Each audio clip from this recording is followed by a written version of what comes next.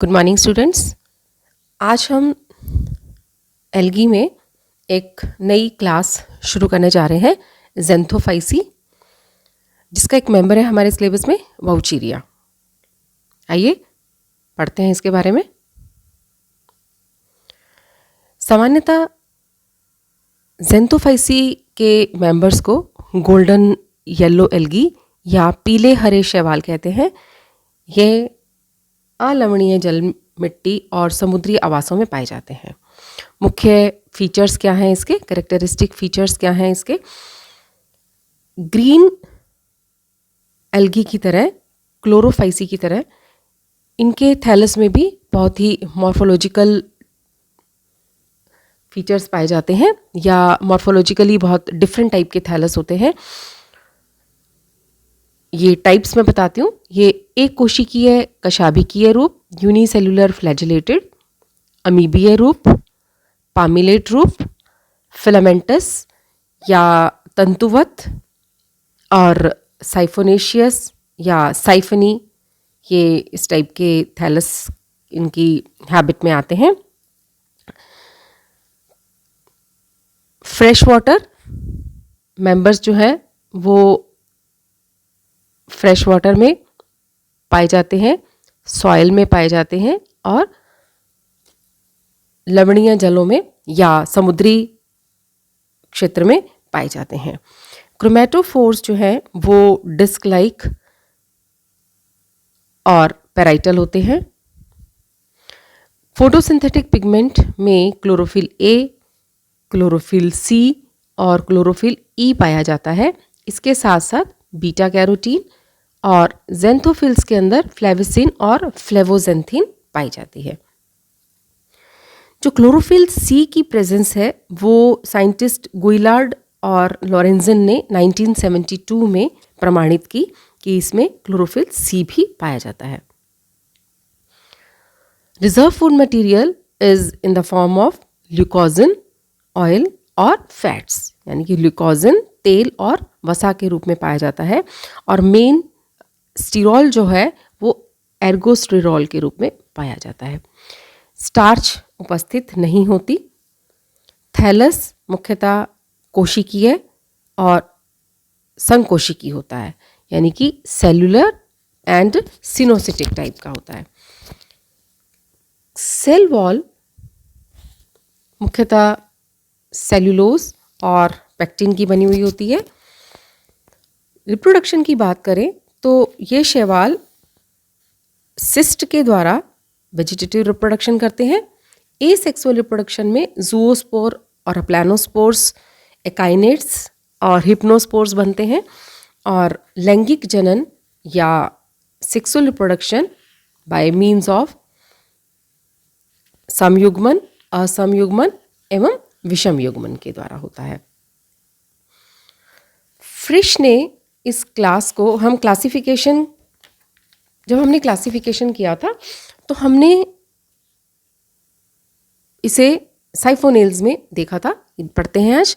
फ्रिश ने 1935 के अंदर क्लास ज़ेंथोफाइसी को 4 ऑर्डर्स में डिवाइड किया, परंतु उसने वाउचीरिया को क्लास क्लोरोफाइसी में रखा अंडर ऑर्डर साइफोनेल्स।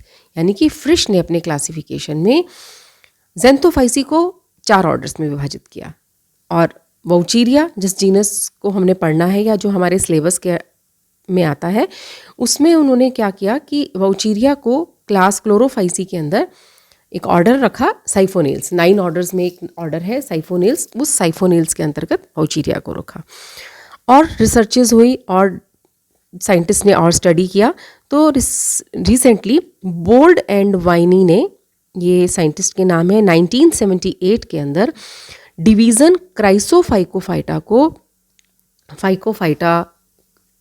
को डिवाइड किया। उन्होंने 6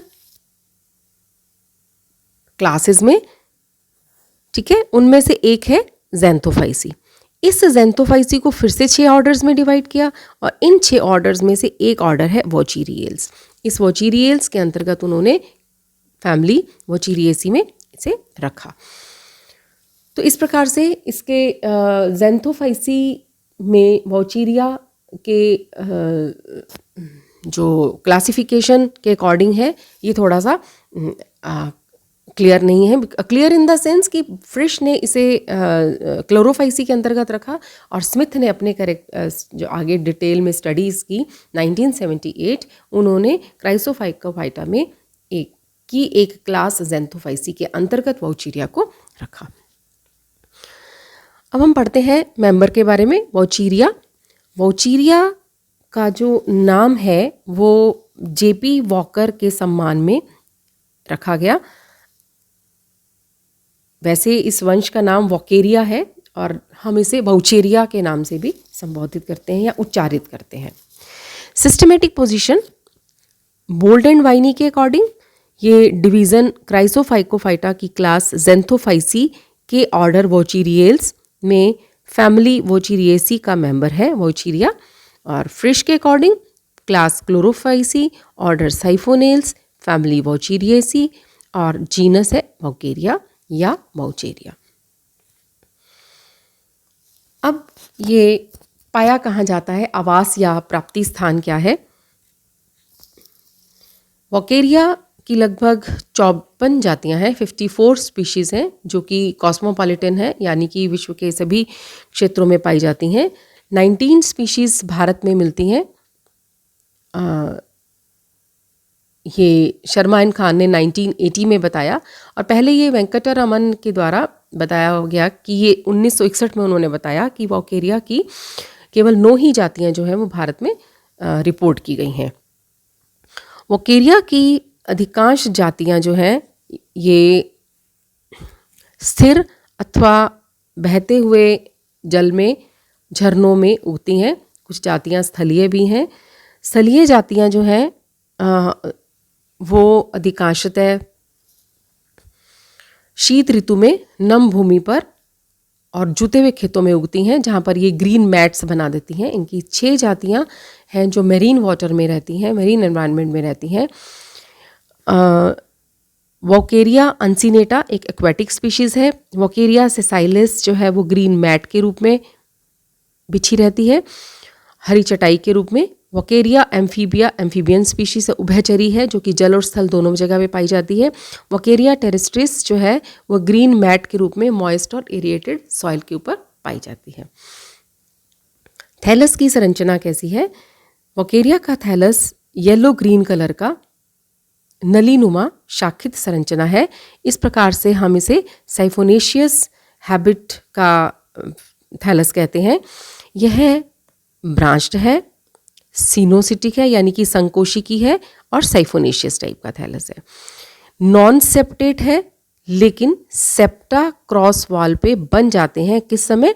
जबकि रिप्रोडक्टिव स्ट्रक्चर्स बननी होती हैं एट द साइड, या फिर कब? जब फिलामेंट जो है किसी इंजरी की वजह से टूट जाता है।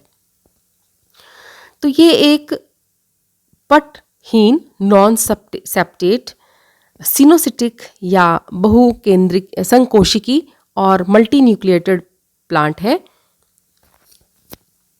जो टेरेस्ट्रियल स्पीशीज हैं उन पर सबस्ट्रेटम से अटैच होने के लिए हैप्टेरॉन्स या स्थापनांग पाए जाते हैं, या राइजोइड्स पाए जाते हैं। ये एक स्ट्रक्चर बताई गई है, ये इसका एरियल थैलस है। यहाँ पर ये जो है राइजोइड्स पाए जाते हैं। ये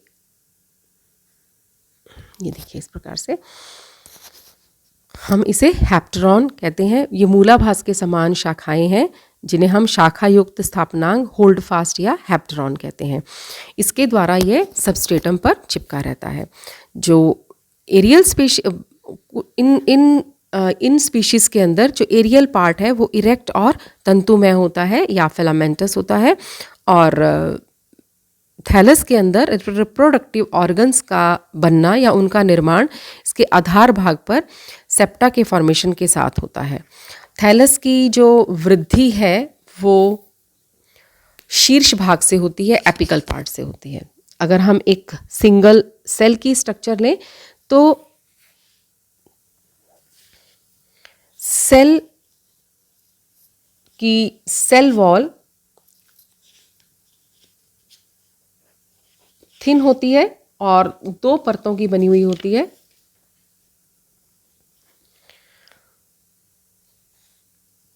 इनर लेयर सेल्यूलोज की और बाहर वाली लेयर जो है वो पेक्टोज की बनी है।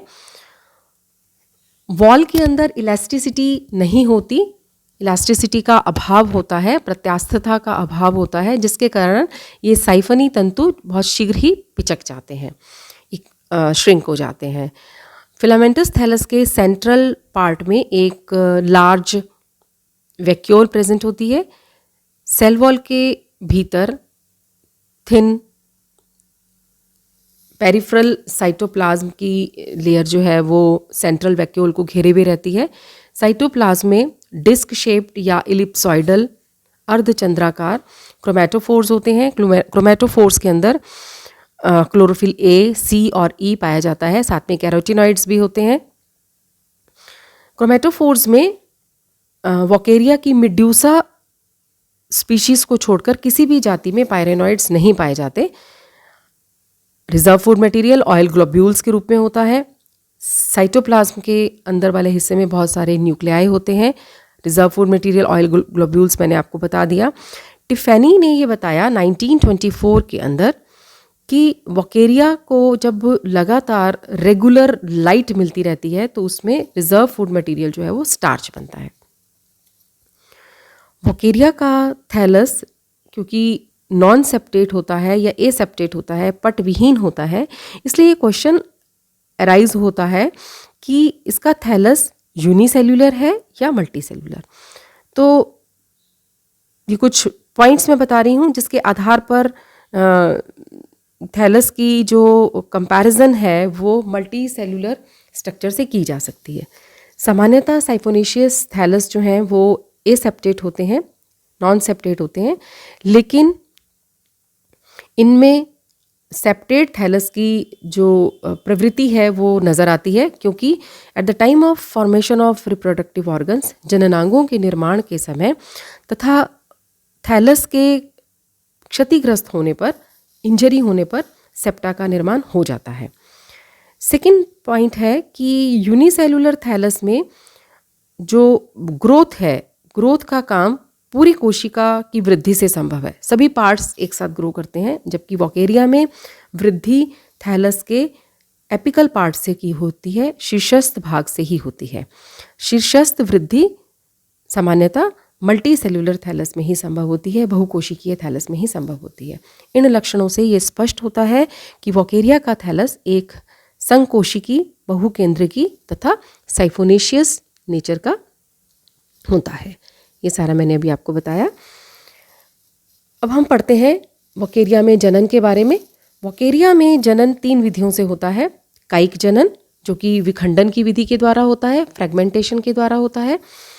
अलैंगिक जनन, इस अलैंगिक जनन में एसेक्सुअल रिप्रोडक्शन में स्पोर्स की फॉर्मेशन होती है बाय जूओस्पोर्स, बाय अप्लानोस्पोर्स, बाय एकाइनेट्स और बाय हिप्नोस्पोर्स या सिस्ट के द्वारा। लैंगिक जनन जो है वो विकसित विषम युग्म की प्रकार का होता है। अलैंगिक जनन के बारे में हम पढ़ते हैं। यह निम्न विधियों के द्वारा होता है और ये डिपेंड करता है बाहर की एनवायरमेंटल फैक्टर्स के ऊपर। एनवायरमेंटल कंडीशंस क्या है उसके अकॉर्डिंग ही इसमें टाइप ऑफ स्पोर्स बनते हैं। सबसे पहले हम पढ़ते हैं जूओस्पोर का फॉर्मेशन किस प्रकार से होता है। जो एक्वेटिक स्पीशीज हैं उनमें जूओस्पोर के द्वारा एसेक्सुअल रिप्रोडक्शन होना एक कॉमन सा फीचर है।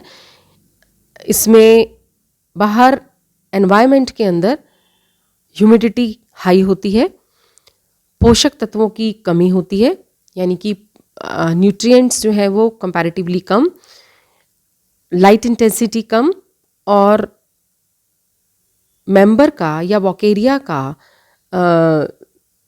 मूविंग वाटर से स्टेगनेंट वाटर में ट्रांसफ़र जो है, ये सारे फैक्टर्स जो हैं वो जूओस्पोर फॉर्मेशन को एनहेंस करते हैं, जूओस्पोर के फॉर्मेशन को बनाने में सहायक होते हैं।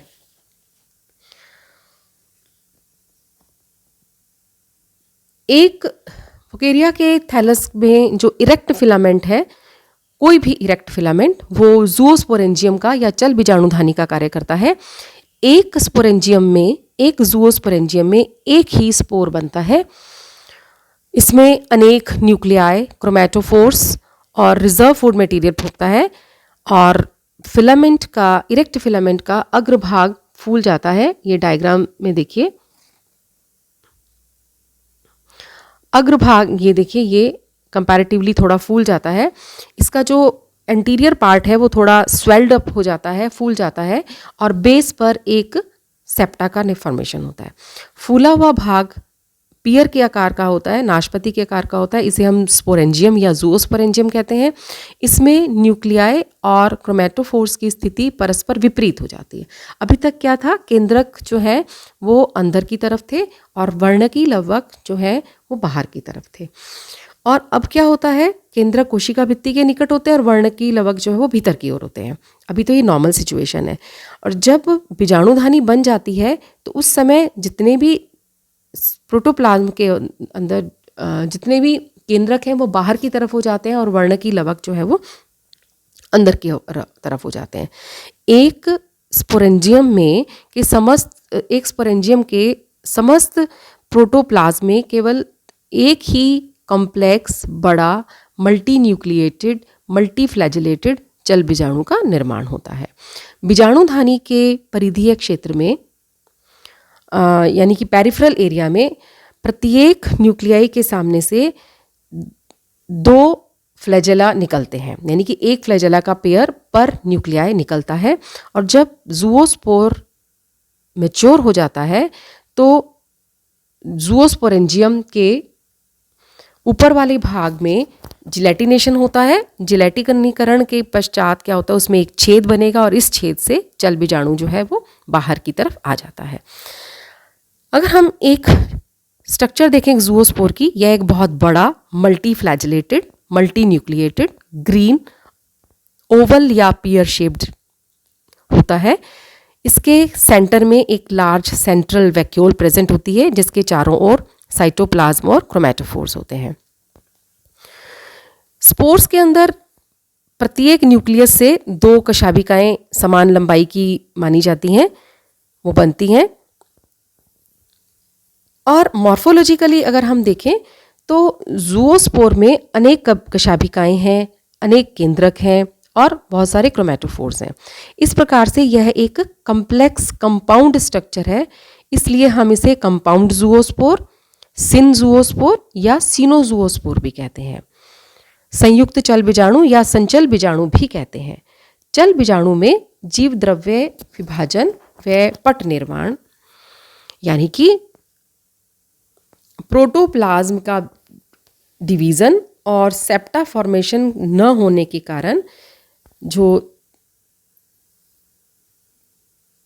यूनिन्यूक्लिएट, बाइफ्लैजिलेट ज़ूओस्पोर्स हैं, ये सब दोनों चीज़ें नहीं हो पाती, इसलिए यह एक संचल बीजाणु या सिनज़ूओस्पोर का रूप धारण कर लेता है।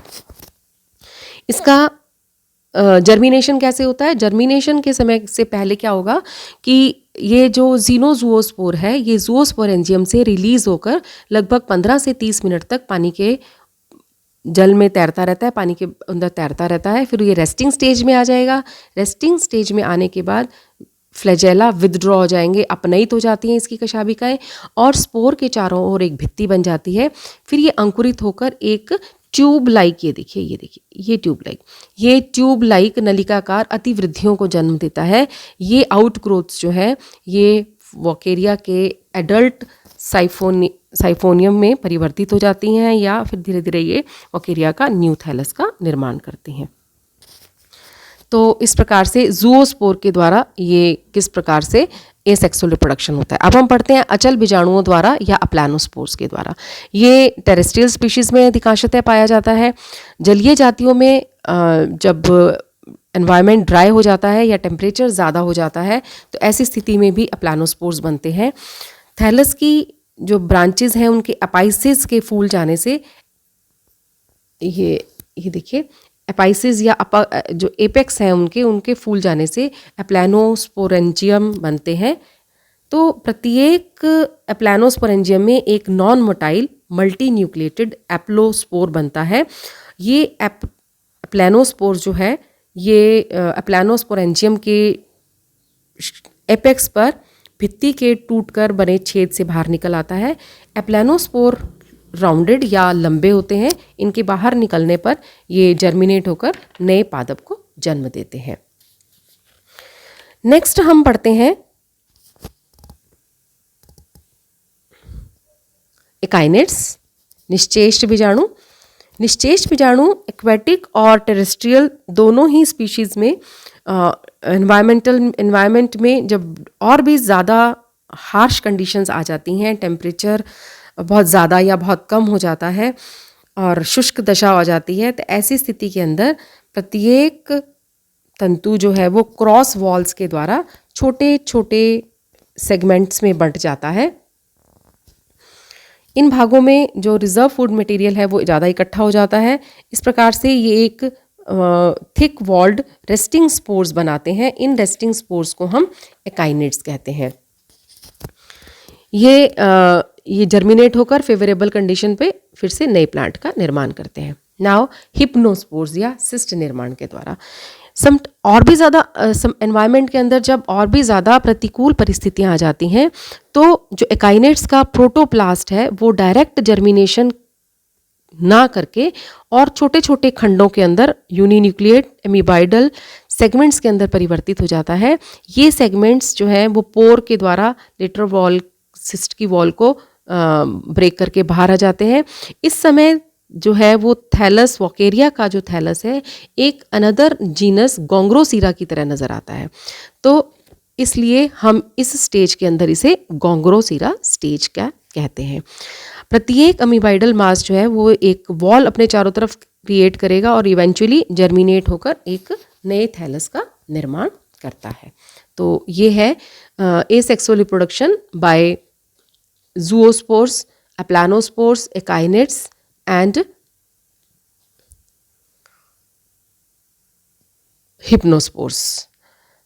आज के लिए इतना ही। अगले लेक्चर में हम सेक्सुअल रिप्रोडक्शन के बारे में पढ़ेंगे। Thank you.